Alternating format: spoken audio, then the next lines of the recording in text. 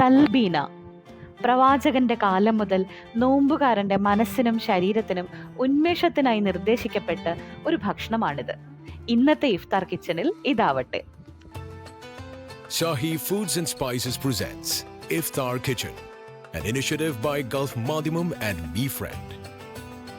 Shahi foods and സ്പൈസസിന്റെ barley 6 മണിക്കൂർ വെള്ളത്തിലിട്ട് കുതിർക്കണം. നല്ല പോലെ കുതിർന്നാൽ എളുപ്പം വെന്ത് കിട്ടും.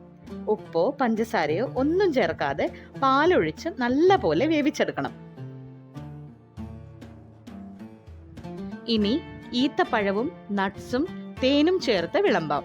പ്രവാചക ചര്യയോടൊപ്പം ആരോഗ്യവും കൂട്ടിനെത്തട്ടെ. ഇഫ്താർ സമയത്തോ അത്താഴ സമയത്തോ തൽബീന ഉണ്ടാക്കി നോക്കൂ, ഇഷ്ടാവുന്നേ.